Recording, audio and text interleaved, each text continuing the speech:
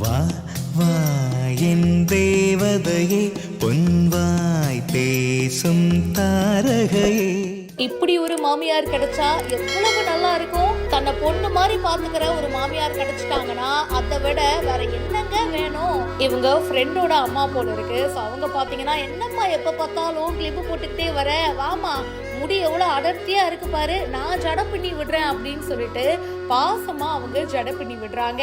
நான் அத்தனை அன்பு அம்மாக்கள் மட்டும்தான் கொடுக்கவும் முடியும். பாசமா ஜட பின்னி விடுறதுலாம் சின்ன பிள்ளையா இருக்கும் போது, ஸ்கூலுக்கு போகும்போது நம்ம அம்மாக்கள் பண்ணுவாங்க. இப்ப கூட சில வீட்டுல சில அம்மாக்கள் பொண்ணுக்காக பண்ணுவாங்க. ஆனா அதுக்கப்புறமா அந்த மாதிரி ஆசையா ஜட பின்னி விடுறது அப்படின்றது பெரும்பாலும் யாருமே பண்ண மாட்டாங்க.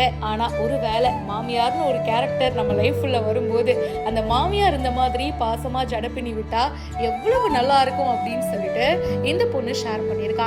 தன்னோட பொண்ணு மாதிரி பார்த்து ஆசையா ஜட பண்ணி விடுறாங்க. இந்த வீடியோவை ஷேர் பண்ணி ஒவ்வொரு பொண்ணுங்களோட கனவும் ஆசையும் இந்த மாதிரி நம்மள பாசமா பாத்துக்கிற ஒரு மாமியார் கிடைக்க மாட்டாங்களா அப்படின்றதுதான். நிஜமாவே இப்படி ஒரு மாமியார் கிடைச்சா நல்லா தான் இருக்கும். மோனாஸ்ரீ அப்படின்றவங்க இந்த வீடியோவை போஸ்ட் பண்ணியிருக்காங்க. இதை பத்தி உங்களுடைய கருத்துக்களை சொல்லுங்க.